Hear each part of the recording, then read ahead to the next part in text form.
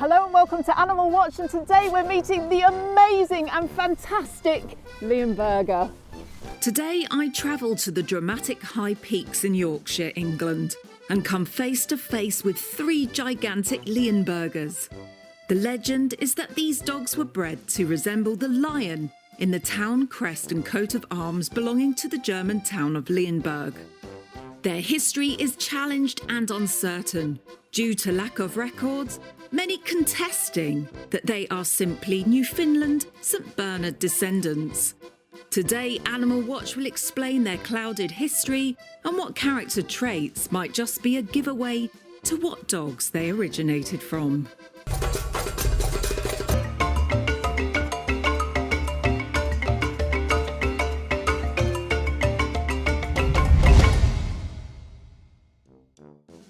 The Leonberger, supposedly bred to resemble a lion, as seen in the lion on the town coat of arms for Leonberg in Germany.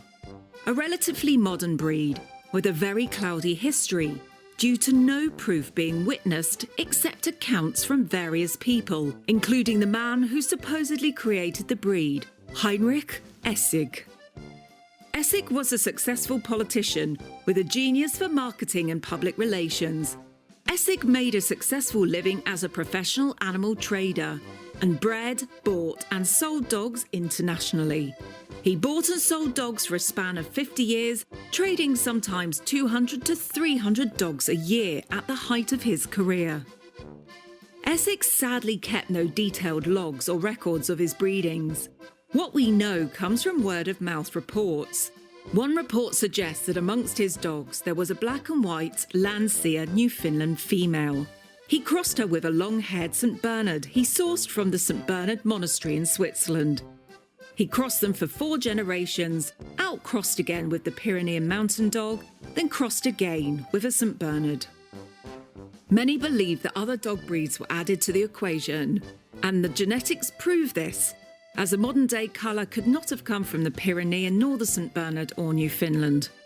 As he kept and sold hundreds of dogs, most very probably other dogs went into the mix too, such as local farm dogs and other breeds he needed to create the now very famous colour of the breed. So today I have travelled all the way to the High Peak district in Britain to meet one very experienced Leonberger lady, Kerry Rushby, and her colleague Julie Westwood. Kerry is the KC Breeds Liaison Council representative for Leonbergers at the Kennel Club UK. Perhaps meeting these dogs in the flesh will give us a clue to their true origins. Hello, hi, how are nice you? to meet you. You okay? This is Yoshka. She's 18 months old, so she's a baby. Yoshka, Good girl. Yoshka. 18 months old, she's very big, isn't she, for is. 18 months? She is, yeah. She's very clever as well. She does all kinds of tricks. She's a very clever dog. Oh, and what beautiful scenery we've got here today. I know the weather's not that great, but it's Yeah. absolutely beautiful. So where are we today? So we're in Gloucester, which is part of the Peak District, so we're very lucky in this area. We've got a lot of good scenery, lot of hills and park life and everything. It's beautiful. Fantastic, and I can't wait to learn everything about the Leonberger today. So Good. you've got some more that I can meet now and go and say Yes, hi absolutely, to. no problem.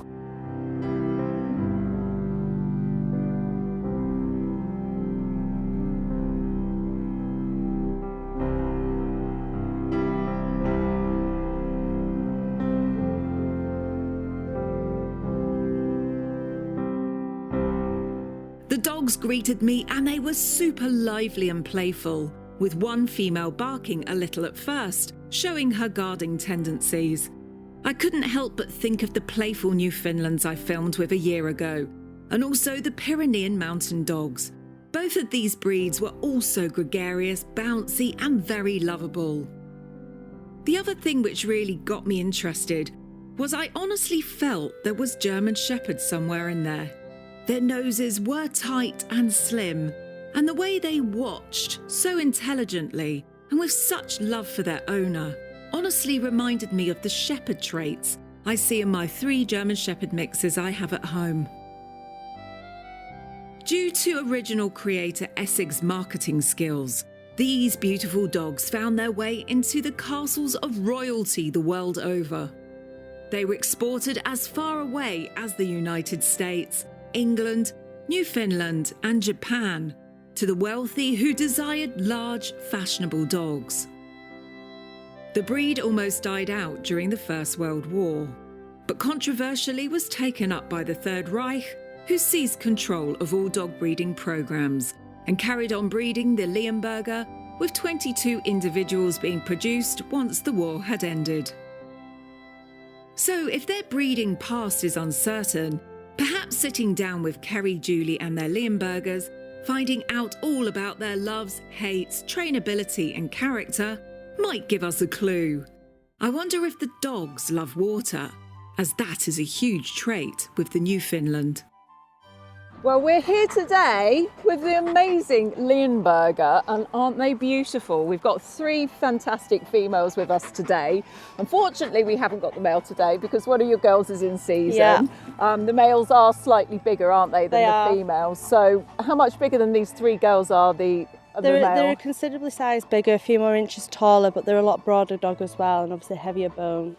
Your puppy's very happy to meet me, but when we let out the other 2 ones, the first thing that was very obvious is they like to go off and they like to look at their surroundings. They like to see the environment that they're in and just sound it out basically, but the good thing about a Leonberger is that they're never too far away from their owners as well. There's a lot of websites that actually say they can be quite stubborn. Do you agree with that? I haven't found them to be stubborn, no, I think they're very trainable. It's very key with this breed as well that when you actually take on a puppy that you have to socialise, so the stubbornness part probably comes from the lack of training from a young age. We always tell people to engage with other breeds, other people as young as possible, because you get this kind of environment where all dogs of this breed can mix and they might not live with each other but they'll always get on. And that's boys as well as girls? They'll all just get on together? Yeah. When they were first created, what was the original purpose to create these dogs? The original purpose, this gentleman just wanted to breed a dog that looked like a lion but as a companion dog. So all right, so no working such as anything like that, but just a companion dog. But they're adapted to anything. They're such a clever breed. They will do karting, they will do swimming. They're very good at therapy work as well with people. I've got to say though, you know, like filming the Newfoundlands, there's a lot of similarities because the Newfoundlands were bubbly and playful, and also they get on together in a massive group. Yeah. And these 2 are just like desperate to play with each other today. Do you know what the most interesting thing is? These are large dogs. Yeah. But they got bags of energy. And that sets them apart, I think. Yeah, I think people think they're going to be slow and just sit. But actually it's the contrary, they're actually really lively. When they're in your house, do they bash into all the furniture and knock everything down, or do they actually calm down once you actually get them home? They are calmer in the home, but obviously they're excited out here at the moment because they're meeting new people and in a different environment kind of thing. But in the home there is a policy as well that nothing below tail height, because anything below tail height will be taken off the cupboards.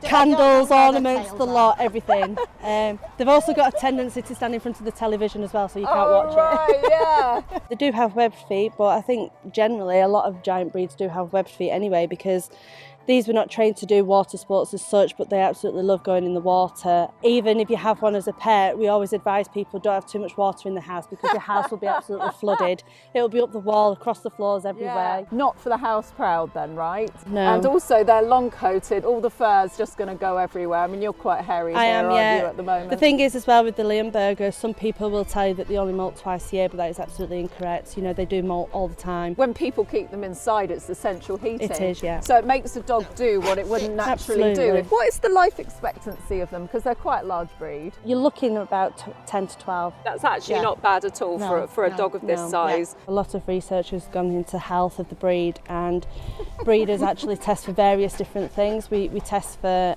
hips, eyes and elbows, but with the eyes it's not just the cataract, it's also a disease called glaucoma. And then we also test for LPN and length, which is a condition of the breathing of the larger breed as well.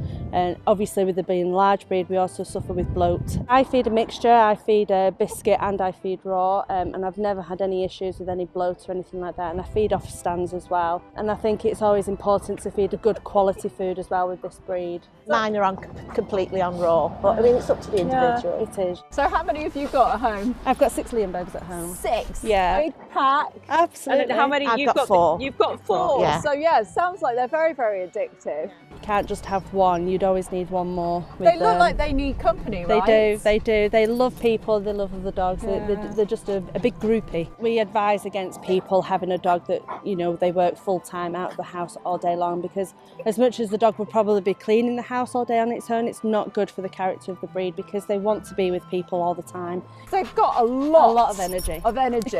So how many walks a day would these guys need, or just a really large garden to run around I in? personally walk a big long walk a day, so I'm not out for like 10-15 minutes, I'm out for a good hour plus every day with mine. Always limit the exercise when they're small, just little and often. And when do you think they're safe, their bones are safe? Not until they're over the age of 2, really. Really? So you've got to leave it that time? Yeah, people think because they're a big breed they need walking a lot, but you know, the body needs time to develop and actually mature. Will they guard your house? I would imagine they would stand the ground as much as possible, but generally the breed is a very good, relaxed breed. You know, they're just doing their job to like protect their environment at the end of the day, which I think any normal dog would do. So not for the house proud.